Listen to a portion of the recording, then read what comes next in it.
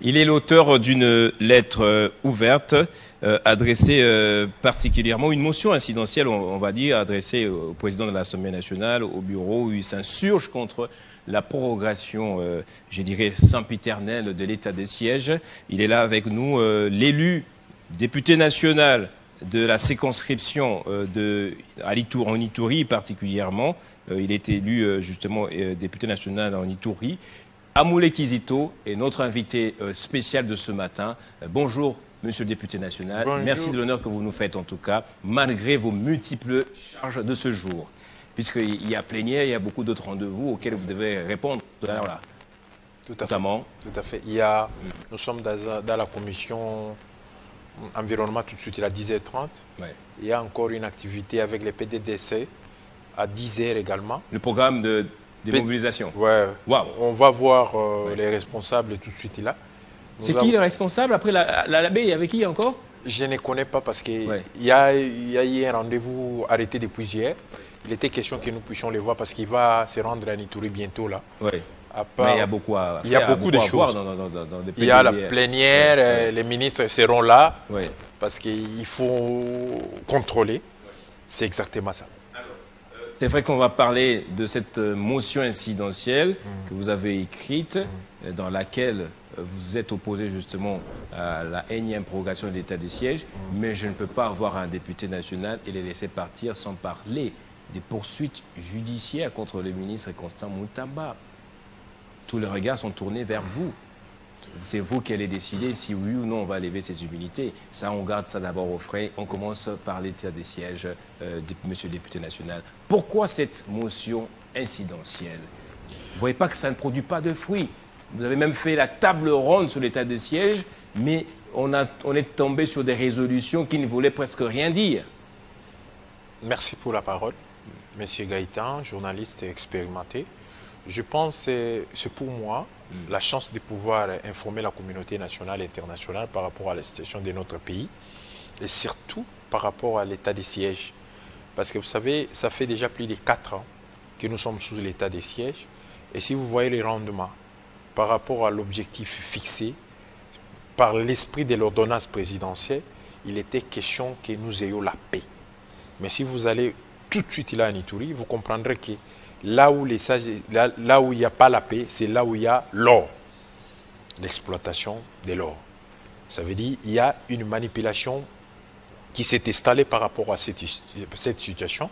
Aujourd'hui, au lieu de parler de la paix, ce n'est plus la paix. Et nous, moi comme député national, et nous comme Ituriens, au-delà de faire la paix, il y a aussi la vie humaine qu'il faut sauver. Il y a l'administration publique. Il y a les gouvernements provinciaux qui est là, qui doivent pouvoir fonctionner. Ils sont élus par suffrage universel.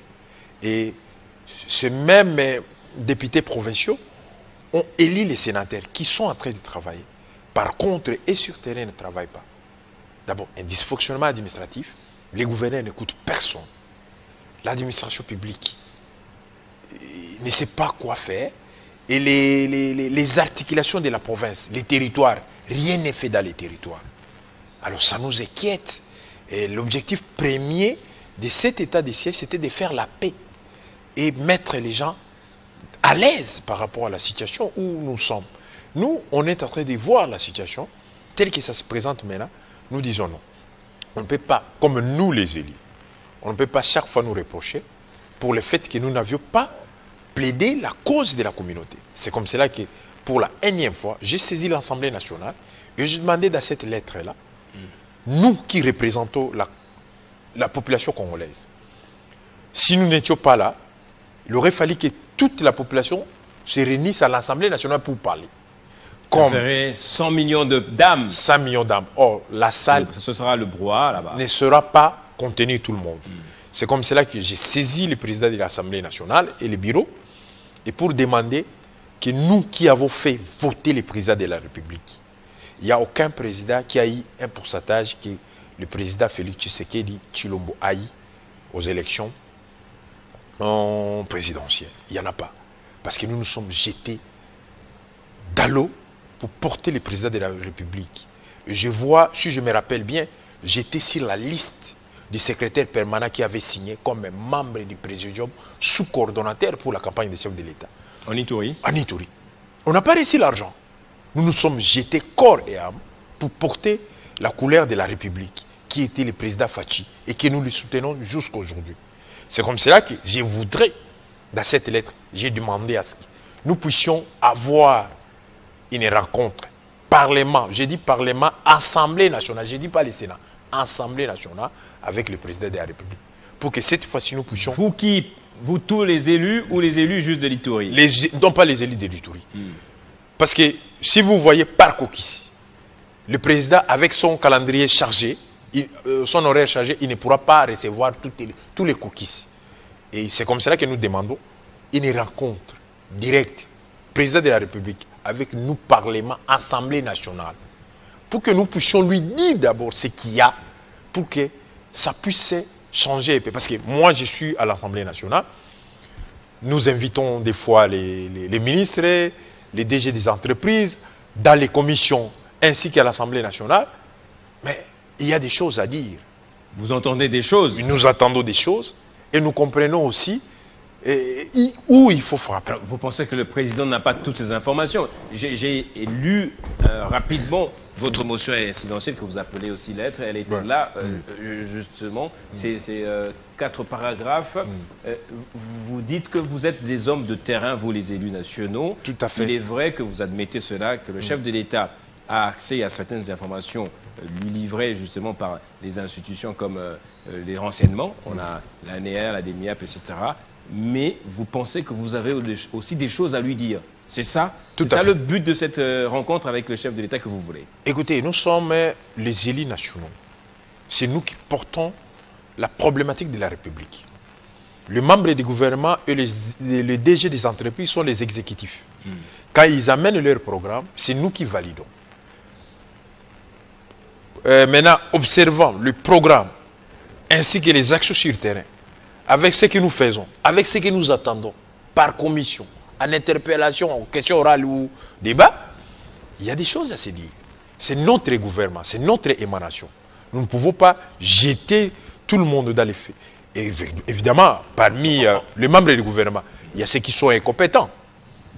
Oui, nous pouvons les considérer parce qu'il y a ceux qui sont incompétents. Vous le contrôlez. Écoutez, pas, vous le contrôlez. Écoutez, pas, vous n'avez inquiété personne. Il n'y a vraiment pas des démonstrations sont ceux qui ont abouti à quelque chose. C'est pourquoi. C'est vous qui, justement, cautionnez cela. C'est vous qui êtes responsable s'il y a des membres du gouvernement qui sont incompétents, par exemple. C'est de votre faute dans ces cas. Nous ne sommes pas là pour dire des choses d'une manière irresponsable. Parce que nous représentons la haute charge de l'État. Notre problème est que nous puissions Vous êtes complice, écoutez, monsieur le député national, alors? Il y a beaucoup d'initiatives au sein de l'hémicycle de l'Assemblée nationale. Je crois, si nous pouvons étaler des choses ici, on n'aura pas assez de temps. Ce qui est vrai, nous voudrons voir le chef de l'État et lui dire d'une manière simple pour que nous puissions changer les fusils à l'épaule et prendre une vitesse supérieure par rapport aux besoins naturels de la nation maintenant. Nous sommes d'abord agressifs. Nous sommes dans une guerre qui ne dit pas son nom, une agression de mauvais goût du Rwanda. Nous devons avoir des stratégies. Une humiliation. Parce que, oui, une forte humiliation. Je peux te donner un exemple. Vous savez, le Parlement, qui est une représentation directe de la République, si elle est prise avec beaucoup de considération, les choses que nous voyons dans les pays ne viendront plus. Parce qu'il y a des problèmes qu'on peut résoudre d'une manière simple. Par contre, quand on donne à l'exécutif, des fois ça détourne par rapport à des choses, on ne parvient pas à comprendre. Il y a des choses simples qu'on peut dire, avec ça on peut résoudre comme ceci, avec ça on peut résoudre comme cela. Donc ce sont des choses comme ça que nous pouvons dire, nous, c'est pourquoi. Notre demande est de voir les chefs de l'État. Il nous a reçus des fois. C'est lui qui a pourtant communiqué avec nous. Cette fois-ci. C'est lui qui vous a invité, vous voulez dire. Voilà. Il nous avait invités. Il vous a invité, c'était une communication unidirectionnelle. Voilà. C'est lui qui a parlé et vous êtes parti. Maintenant, cette fois, vous voulez une rencontre bilatérale, on va dire, où vous échangez, vous discutez. Tout à fait. Vous avez souligné. Ouais. C'est ça les besoins. De vive voix. Et franchement. Oui. Sa caméra, ni quoi, nous seulement. On parle au chef de l'État. C'est notre chef de l'État. C'est constitutionnel.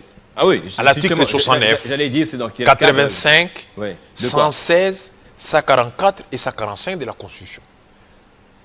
C'est sur une base juridique. Donc, ces articles disent quoi en fait? Moi, je ne retiens pas. Ouais. Moi, je ne retiens pas. Ce que je sais, ça parle d'une rencontre qu'on peut avoir avec les chefs d'État comme garant de la nation. Parce que c'est nous qui sommes sa force politique au niveau de l'Assemblée nationale. Sans nous, les chefs de l'État n'ont pas de force. Sans nous, il n'a pas la force. C'est comme cela que vous allez voir, dans d'autres pays qui se respectent très bien, on considère les parlementaires à un point très élevé. Les chefs de l'État suivent de très près. Je peux te donner l'exemple. Je ne peux pas citer ces pays-là. Un pays voisin africain. Les chefs de l'État est à commun accord avec les bureaux de l'Assemblée nationale. Et toutes les décisions qui cadrent dans les bons fonctionnements de la République passent par le Parlement. Et ils préparent ça là-bas. C'est comme cela que chez eux, quand vous voyez un député national venir pendant sa vacances, durant la vacances parlementaire, il revient, il dit, aujourd'hui nous allons faire ça, ça, ça, ça. C'est-à-dire, quand il dit ça, c'est déjà calé. Les gouvernements, l'exécutif va faire ça, ça, ça, ça. Et la population est maintenant contrainte à accepter les chefs de l'État avec des réalisations concrètes. Par contre, chez nous, on vous amène un programme, nous validons les programmes, et que quand l'exécutif commence à agir, ils agissent à deux vitesses. Des fois, nous sommes responsables. C'est nous qui sommes traités sévèrement. Et si vous avez un ministre, un membre de l'exécutif dans votre circonscription électorale, vous allez souffrir. Parce qu'il ne va rien faire. Au moment de la campagne électorale, il amène beaucoup d'argent. Il vous met en difficulté. Et cet argent, il a eu. C'est ça le problème. C'est ça la vraie question que nous pouvons nous dire. Or, il avait les moyens, la capacité de pouvoir agir pour l'ensemble de la communauté. Il ne l'a pas fait. Maintenant, il vient en campagne électorale à toute puissance, sans de vous bannir ce genre de comportement. Quand on est exécutif, on doit agir pour l'intérêt national. C'est cela notre combat. On ne doit pas faire de la manipulation juste pour des raisons électorales. Je vais lire un des paragraphes de votre lettre. Vous dites au chef de l'État, c'est vrai qu'il existe des réunions interinstitutionnelles avec les chefs des institutions, mais puisque les députés viennent de tous les territoires et de toutes les villes, ils ont des informations détaillées de leur circonscription. Expliquez-moi un peu ça. C'est cela. Je vous dis un exemple. Pour le cas d'Ituri, je donne un exemple. Quelles informations avez-vous que le chef de l'État ne détient pas? Je vous donne un exemple. Vous allez voir un ministre, il vous dit à Ituri, il y a ça. Ça comme projet. Ça, c'est par rapport au projet présenté au gouvernement. Et quand vous entrez dans les détails, vous dites au ministre, mais là, nous allons déjà dans les 2 ans de soi. Il y a ça comme projet. Vous arrivez là-bas, il n'y a rien qui est fait. Il y a des projets de 145 territoires que le chef de l'État a sorti beaucoup d'argent, qui ne sont pas finis. Par exemple, chez moi, je prends mon cas. À Ituri, dans la chefferie de Kakwa, il y a eu un projet de 145 territoires à la hauteur de 1 345 000 $. Rien n'est fait. On a commencé la construction, on a arrêté au niveau de l'étang. Il y a 2 centres de santé, il y a 2 écoles, il y a 2 centres de santé, 3 écoles. Ils sont arrêtés au niveau de l'étang. Mais écoutez, c'est qui l'agence d'exécution là-bas en Ituri? On a trouvé une organisation. J'étais allé voir les DG de la BCECO. Par contre, il me dit que là, il y avait une entreprise qu'on a sélectionnée. Mais quand on sélectionne une entreprise qui n'a pas de sous-base, qui n'a pas d'expérience, qui n'a pas l'expérience, qui n'est pas locale, vous attendez à quoi? À un détournement simple. C'est préparé sciemment. 1 345 000 $. Alors, vous voudriez que les élus également aident au suivi à la base du programme PDS 145 territoires. Nous, je n'ai pas fini. Vous m'avez posé par rapport à quelle situation? Je parle par rapport à la situation de la guerre. Nous pouvons expliquer au chef de l'État ce qui se passe réellement par rapport à la situation de guerre à Ituri. Et des fois, ce qu'il pense, ce qu'on lui dit, ce n'est pas ce qui est réellement sur terre. On peut résoudre le problème dans peu de temps. Oui, parce que c'est juste une manipulation. Que j'ai réussi en début de cette semaine a dit la même chose, que les chefs d'État doivent multiplier les sources d'informations. Tout à fait. Les BI qu'il reçoit de de nos agences de renseignement qui font un excellent travail sont parfois des BI motivés et que ce serait bien qu'ils fassent des confrontations ou recoupement des informations. Ouais. Pour finir sur votre question, il y avait les cas de l'Itourie. Vous avez dans votre province un ministre. Je vous dis, le ministre là ne fera que des choses dans sa circonscription électorale. C'est cela, ce que font les ministres. Ils considèrent les autres circonscriptions électorales comme des menaces. Alors, ils préfèrent faire des choses dans sa circonscription électorale. Vous allez voir, là où il y a le ministre, quelque chose est fait. Là où il n'y a pas de ministre, rien n'est fait. Ça pose problème. Le chef de l'État ne doit pas être partial. Le chef de l'État est le garant de la nation. Il veille sur l'ensemble du territoire national. Ce qui est programmé comme programme du gouvernement doit s'exécuter. Vous lui diriez aussi les vérités sur ces ministres, ceux qui sont incompétents? Non, c'est à lui de pouvoir... Nous, on ne peut pas aller dans ce jugement de valeur. C'est à lui de pouvoir remarquer, parce que je sais qu'il a plusieurs sources de renseignements. Mais nous allons démontrer que des fois aussi, le système de sélection des ministres pose problème. Parce que nous avons des ministres qui ont fait 2 mandats, 3 mandats, 4 mandats. Ils ont commencé avec Kabila, jusque-là ils sont là ministres. On les appelle des fois professeurs en économie, mais à qui on donne l'économie, rien n'est fait. Ça pose problème. Ça pose problème. Il faut revoir la manière de pouvoir sélectionner les exécutifs. Parce que les vraies questions, c'est quoi? Ce n'est pas le niveau des diplômes. Pour gérer un pays, il faut avoir la connaissance financière. C'est ce qui fait défaut. Parce qu'un ministre qui est professeur d'université, qui ne connaît rien de l'argent, il peut être corrompu facilement avec $1 million. Il signe un très mauvais contrat pour la République parce qu'il ne maîtrise pas l'argent. Or, si on connaît ce que c'est l'argent, on va signer un très beau contrat. C'est cela le problème. C'est comme cela que vous allez voir sur l'Assemblée du territoire national, nous avons des commerçants qui n'ont pas étudié, mais très intelligents. Mais nous avons des ministres très intelligents qui ont des diplômes. Parce que l'enseignement qu'on nous a amené par les systèmes colons, c'est un enseignement de répéter la matière enseignée par son professeur. Et avec ça, on dit que quelqu'un est intelligent. C'est pas ça l'intelligence. On fait de toi un perroquet. Voilà, on fait de toi un perroquet. Tu es là pour réciter. De faire de toi un producteur d'intelligence. Voilà. C'est comme cela que nous avons étouffé nous-mêmes l'intelligence congolaise parce qu'il ne sait pas bien parler français. Il y a des gens à qui, si vous retirez le français, il est vraiment analphabète. Un bourri. Oui, un bourrique. Vous diriez aussi au chef de l'État que vous n'avez pas assez de pouvoir. Non, nous, on n'a pas assez de pouvoir. Vous n'avez pas assez de pouvoir. Non, on n'a pas assez de pouvoir. Pourquoi? Notamment, pour pouvoir exercer votre autorité d'élu national, notamment parce que de contrôleur. Oui. Nous avons 3 missions. Contrôler, légiférer et représenter. Mais ces 3 pouvoirs-là est assorti d'une forte immunité et d'une forte attente avec les chefs de l'État. Parce que je te donne un exemple. Un pays voisin, avec 530 députés, mais à la taille de la province orientale. Je ne peux pas faire la publicité de ce pays-là. Mais si un parlementaire donne le rapport sur la manière dont l'entreprise publique travaille, je vous dis 2 jours, c'est beaucoup pour que les DG la sautent. C'est exactement ce que nous vivons. Le chef de l'État dit que le passeport est à $99, mais quand vous allez concrètement pour les recevoir, c'est impossible d'avoir le passeport à $99. Mais si le chef de l'État donnait cette force-là à l'Assemblée nationale et que les rapports de l'Assemblée nationale, après une vacance parlementaire, et que le chef de l'État exploitait, je vous dis, les gens ne seront que dans le respect de la parole du chef. Aujourd'hui, ça ne se fait pas parce qu'on peut dire, et demain, ça change. Je te donne encore un deuxième exemple.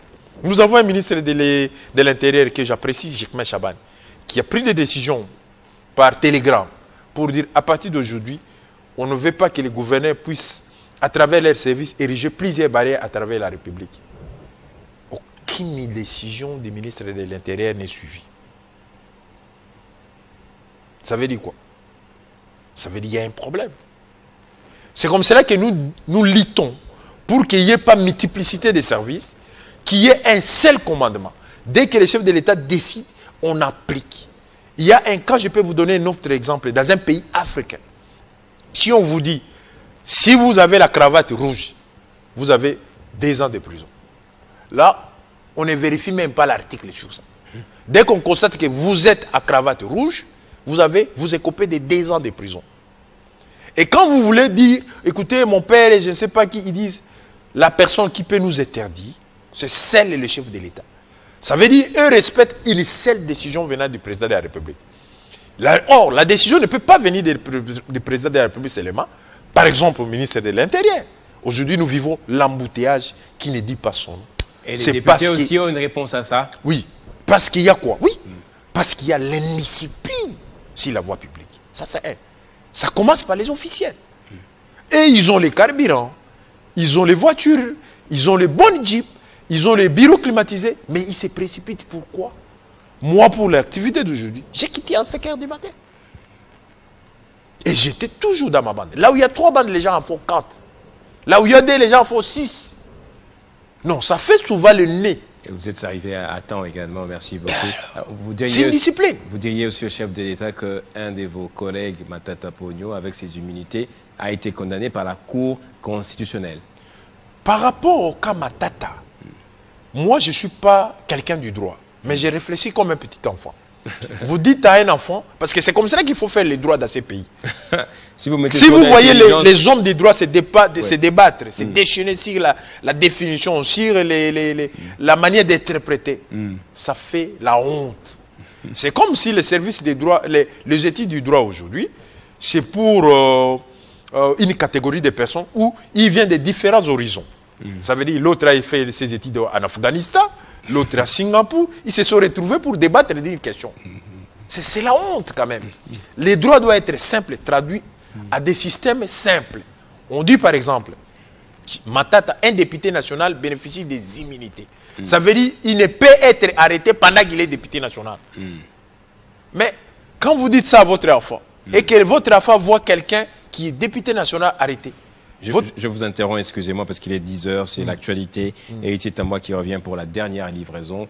Mon très cher ami Héritier Tamois, je te redonne l'antenne et je te souhaite encore une fois la bienvenue. Merci beaucoup Gaëtan Kouba Bronzi. Mesdames et messieurs, je vous retrouve pour la toute dernière livraison de la Minute d'Information.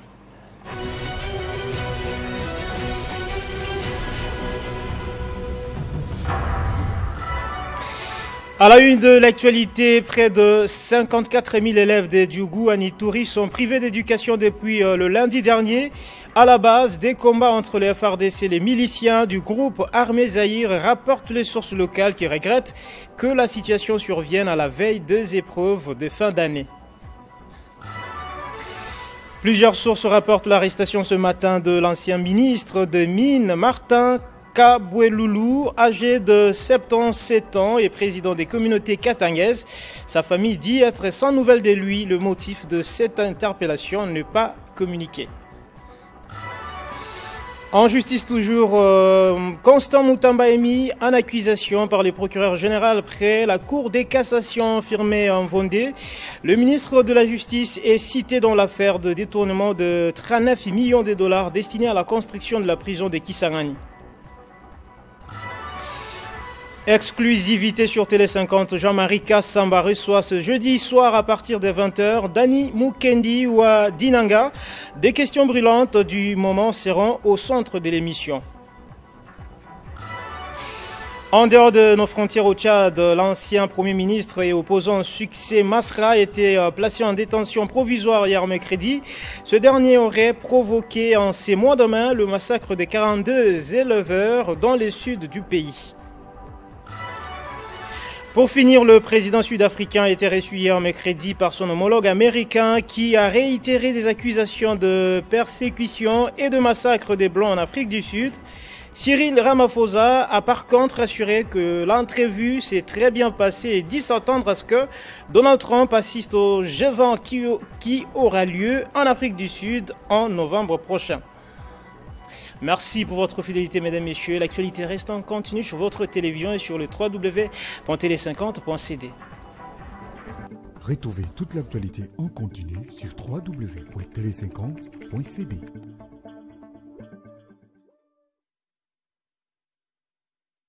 Voilà de retour après cette pause avec Nathan, plutôt Héritier Tamboa dans la minute de l'information. Je suis en direct avec le député national Amoulé Kizito, élu de la circonscription de l'Ituri. Nous parlons d'abord de la prorogation de l'état des sièges. Il propose justement une rencontre entre les élus nationaux avec le chef de l'État pour lui parler des vrais problèmes à la base, des informations qu'eux-mêmes ont obtenues en étant sur le terrain. Ensuite, nous parlerons avec lui du cas des poursuites contre Constant Moutamba, ministre de la Justice. C'est à eux, aux élus, de pouvoir lever ses immunités pour que la Cour de cassation puisse faire son travail. On en débat donc avec lui. Nous parlions du cas de Matata Ponyo. Vous disiez que nos études de droit, c'est comme des personnes qui viennent, qui se sont rencontrées, un conglomérat des personnes comme ça, un patchwork, des personnes venues de Singapour, d'Afghanistan, qui se rencontrent pour débattre. Allez-y. C'est justement ce que je disais. Je disais, si vous voyez la manière dont les hommes des droits débattent de cette question importante, c'est nous qui légiférons au niveau de l'Assemblée nationale. C'est à eux de pouvoir interpréter.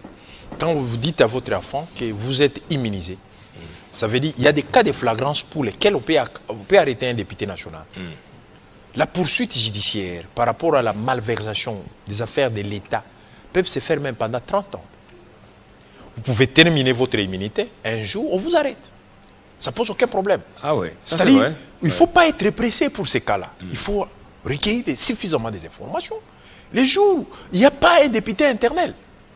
Il n'y aura pas un député internel. Il y a des moments, nous avons des lois pour lesquelles nous devons encore faire davantage. Même ceux qui ont géré le pays puissent à répondre un jour, même après des mandats consécutifs. Parce que si par exemple aujourd'hui, après 10 ans, 20 ans, et qu'un chef de l'État peut répondre comme en France, je pense que c'est ça la force de l'État. C'est comme cela que j'ai dit, la loi doit être carrée. Ça veut dire quand on dit qu'un député est immunisé, ça veut dire, excepté les cas de flagrance, il peut ne pas être arrêté, mais poursuivi plus tard. Ça peut venir. C'est cela qui est la question. C'est comme cela que nous disons, les cas de Matata, avec la situation actuelle, est vraiment... ça met les gens très mal à l'aise. Parce que... C'est quoi l'ambiance, en fait? De quoi parlez-vous entre vous, les députés nationaux? Ça a chauffé hier. En dehors des tendances politiques, en fait. Vous dites quoi? Ça fait l'unité de tous les députés. Ah bon? Bien que Matata soit de l'opposition. Ok. Il était là, non? Il était là. Ça fait quand même... Vous lui avez parlé? Non. Il n'avait pas parlé. Il n'avait pas parlé. Nous avons déjà des députés, plus de 200. Il était triste. Nous avons déjà des députés qui se sont alliés à cette question, plus de 200. Qui disent non, ça ne peut pas avoir lieu comme ça. Parce que si vous voyez les gens qui ont détourné fraîchement l'argent, ils sont là, ils sont tranquilles. Nous suivons par-ci, par-là, on a détourné autant. Et ceux qui ont été amenés à faire les 145 territoires, qui ont mal fait, ils sont encore là. Il y a des cas de flagrance, donc, vous voulez dire. Flagrance, ils sont là. Ils sont là. Mais on cherche Matata qui était dans l'autre camp. Mais il faut commencer quelque part aussi, comme non? Non, écoutez, nous, un pays sans état de droit n'est pas un pays. Nous sommes tous pour l'état des droits. Mais sauf que nous devons faire les choses proprement. Arrêter un député, c'est une flagrance grave. Tout de suite là. Parce que vous savez très bien qu'on peut tout dire, mais le chef de l'État lui-même l'avait reconnu que la justice quand même ne fonctionne pas très bien. Elle est malade. Tous. Voilà. Elle est malade. Et le président du bureau de l'Assemblée nationale a dit quoi? Non, il comprend. Parce que nous ne voudrions pas aller à confrontation entre les institutions. Vous avez évité ça finalement? Nous sommes en train de prendre des approches collaboratives pour permettre à ce qu'il y ait quand même une aisance dans la manière de fonctionner. Parce que nous sommes tous avec les chefs de l'État, nous représentons l'État, nous représentons la plus haute charge de l'État. Nous devons être quand même sereins par rapport à des questions pareilles. Mais le cas de Matata, c'est quand même particulier aussi. Hein. Vous ne devez pas avoir peur. Si c'est vous, par exemple, qui êtes poursuivi, vous avez vos immunités qui sont encore fraîchement, je dirais, acquises. Matata Ponyo, il les avait perdues dans un autre mandat. Mais je me rappelle bien, il était toujours sénateur.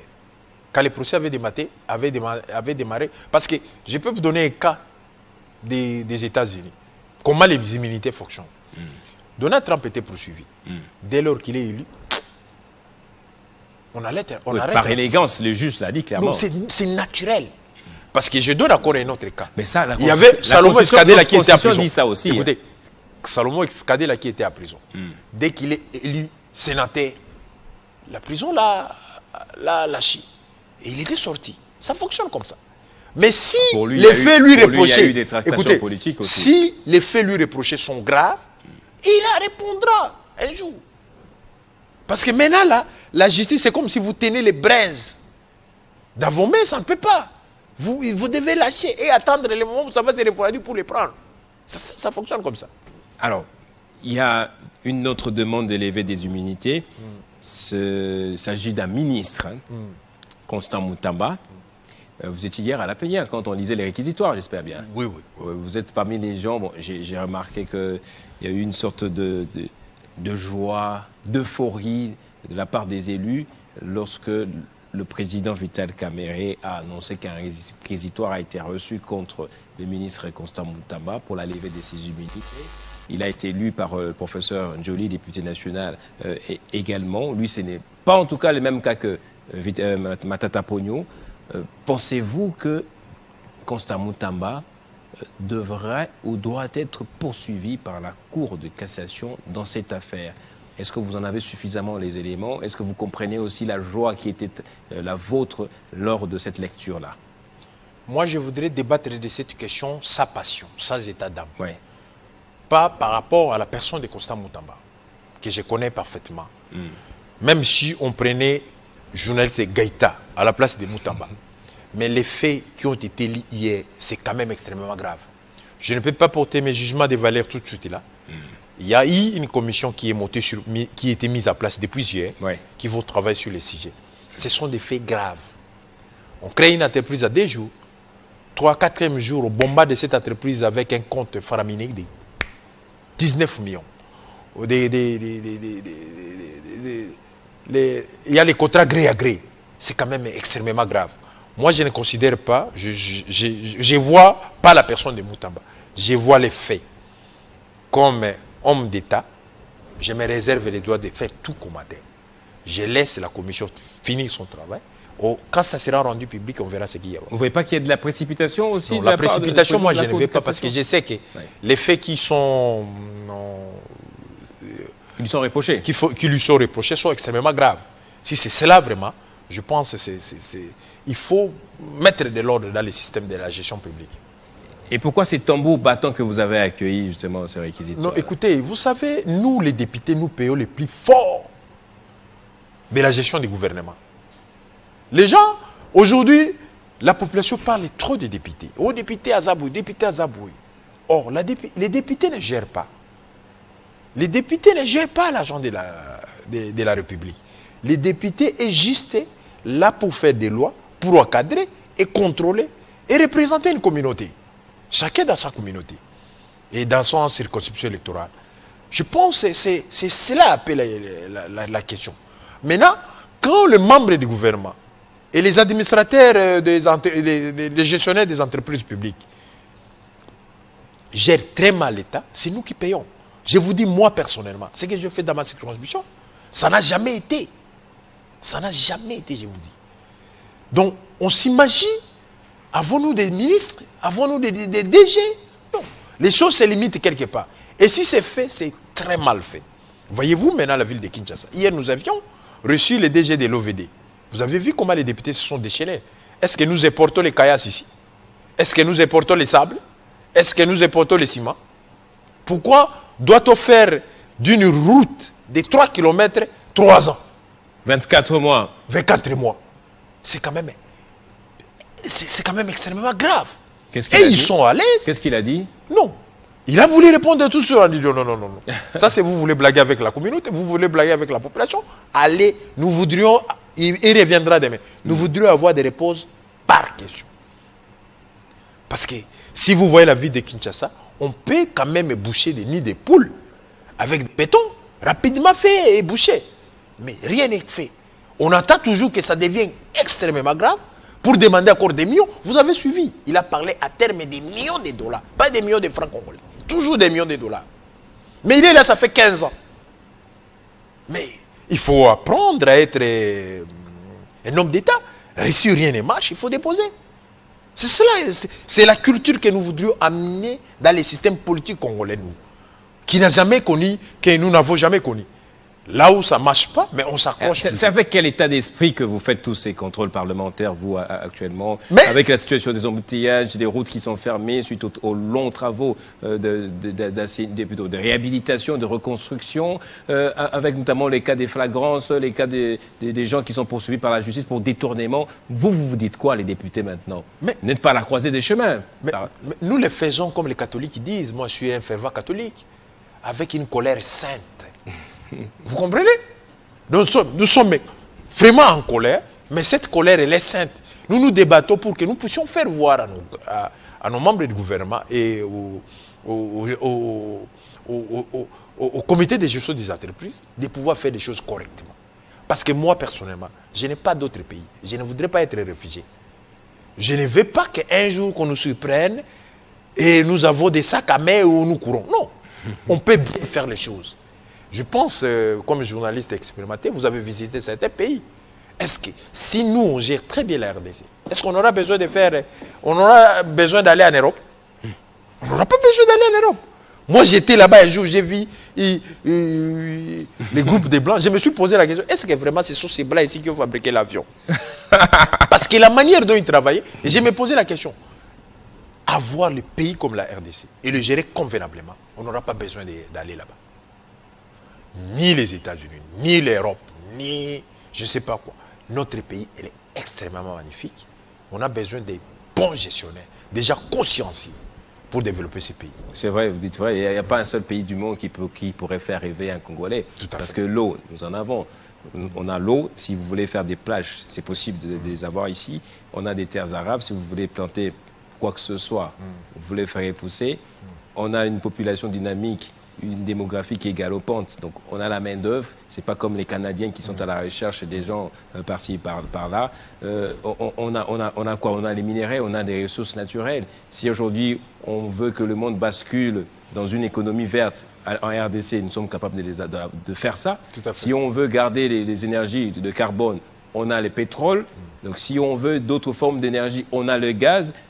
On a qu'est-ce qui nous manque? On a aussi des Congolais qui sont intelligents. On peut pas envier quoi que ce soit. Sauf quoi? Sauf les sérieux peut-être. Non, c'est-à-dire, on est dans la forme. Pourquoi j'ai dit ça? Nous ne sommes pas dans les fonds. On pense qu'un Congolais intelligent, c'est celui qui vit ici, qui connaît, qui est le frère de tel, qui fait je ne sais pas quoi. Mais on oublie un Congolais intelligent, c'est quelqu'un qui transforme son environnement. C'est le plus grand défaut. On pense qu'un Congolais intelligent, c'est celui qui a fait ses études en Europe. Pendant que la personne qui a fait notre robot ici n'était pas en Europe. Il était tout à fait sur place ici. C'est cela les vraies questions. Nous avons des gens, parce que je vais donner le cas de chez nous. Nous avons un Congolais qui a construit une centrale hydroélectrique financée par une entreprise minière à hauteur de 35 millions. Vous savez quoi? Il y avait une interpellation qui visait Doudou Famba, le ministre de la Finance, des Finances plutôt, par rapport à la construction des arénas. Moi je dis, pour moi, la question des constructions d'arénas est inopportune. Pourquoi j'ai dit ça? Parce que d'abord, on doit nous dire, le stade de Martyrs nous donne combien par an?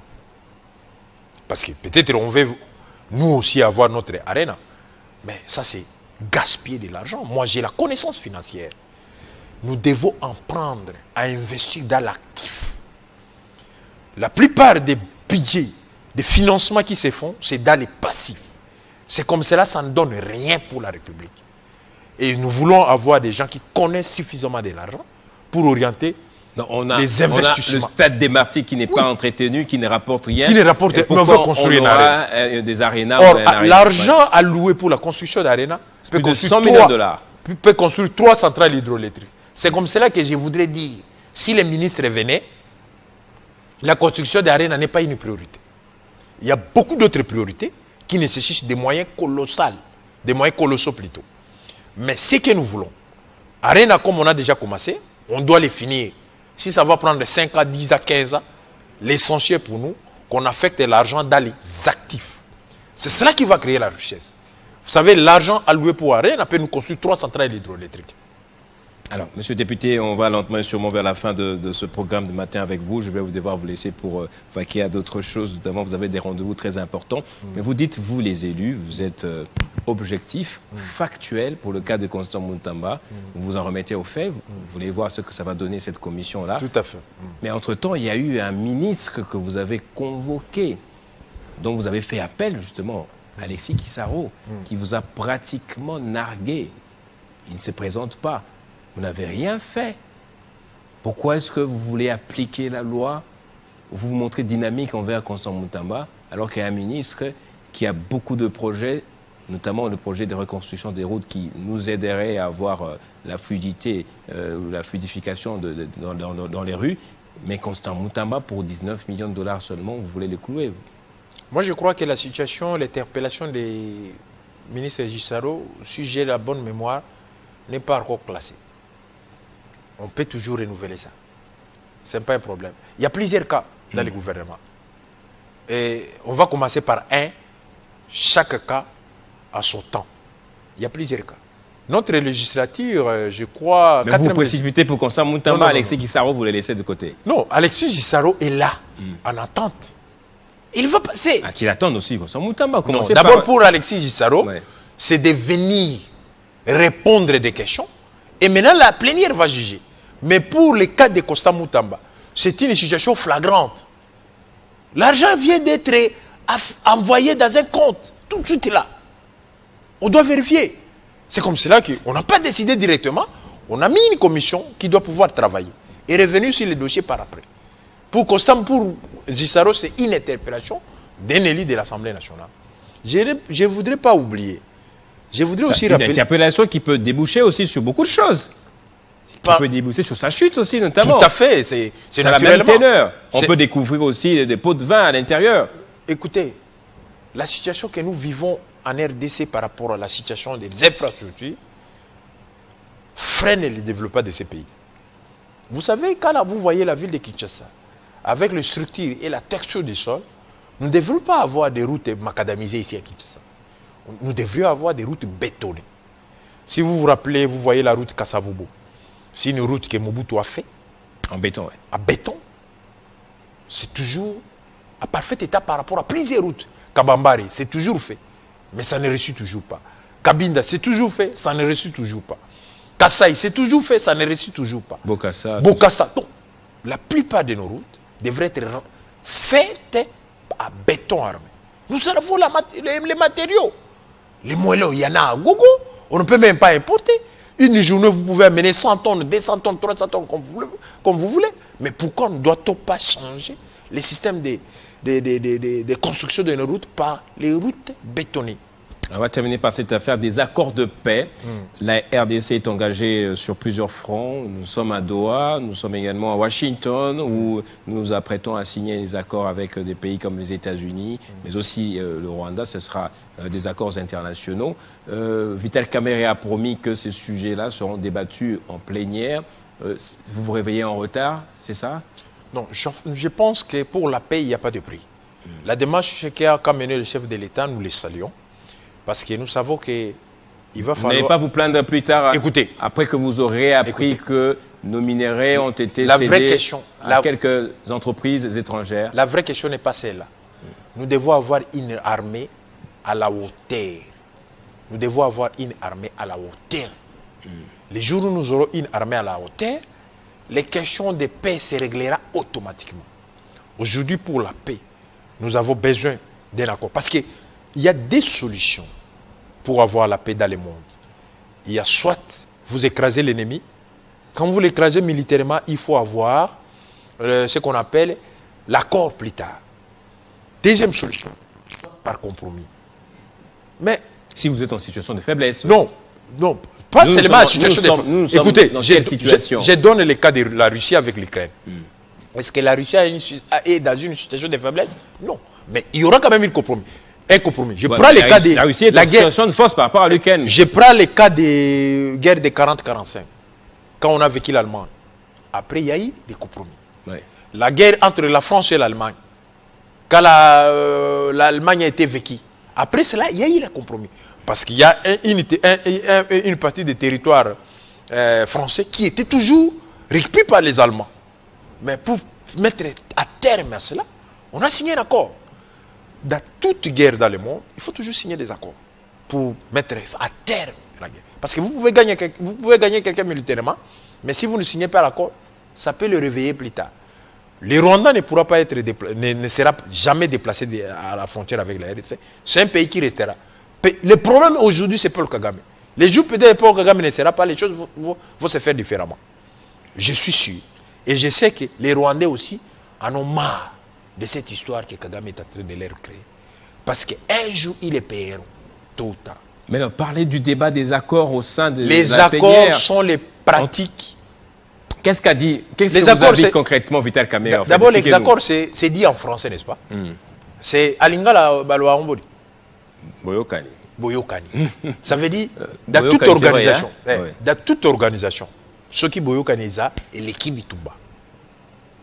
Donc, c'est-à-dire, moi, je considère que la démarche que fait le chef de l'État, c'est une très bonne démarche. Quand on va avoir cet accord, je crois que l'Assemblée aura un amont pour ratifier.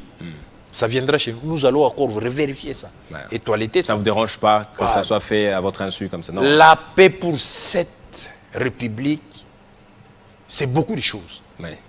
J'ai dit c'est beaucoup de choses. Parce que si vous voyez l'Est de la République, n'est pas rempli des Indiens, ni des Indo-Pakistanais. C'est rempli des Congolais qui sont en train de travailler durement pour la République. Si vous voyez aussi l'Est de la République, ça a l'avantage ça évolue rapidement. C'est cela la question.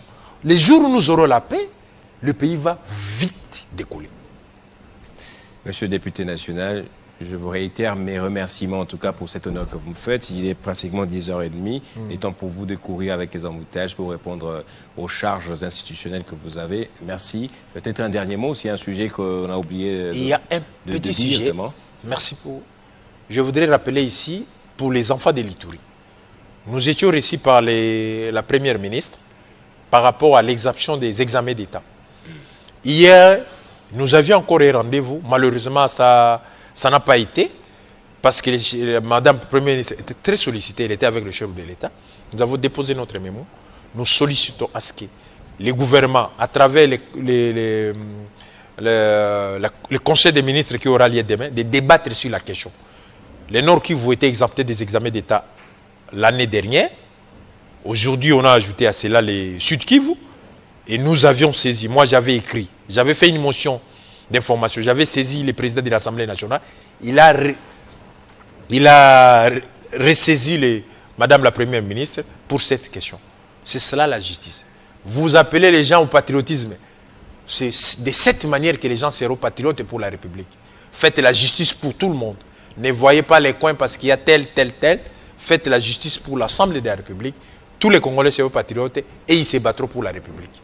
Merci beaucoup, monsieur le député national, et très bon après-midi à vous, en tout cas. C'est moi qui vous remercie, Gaëtan. Voilà, c'est la fin de cette première partie de l'invité. On reste ensemble pour quelques temps avant de boucler, de clôturer cette matinale. Mes salutations encore une fois à vous tous qui nous suivez à Kisangani particulièrement, où peut-être la prison viendra ou ne viendra pas. On reste ensemble.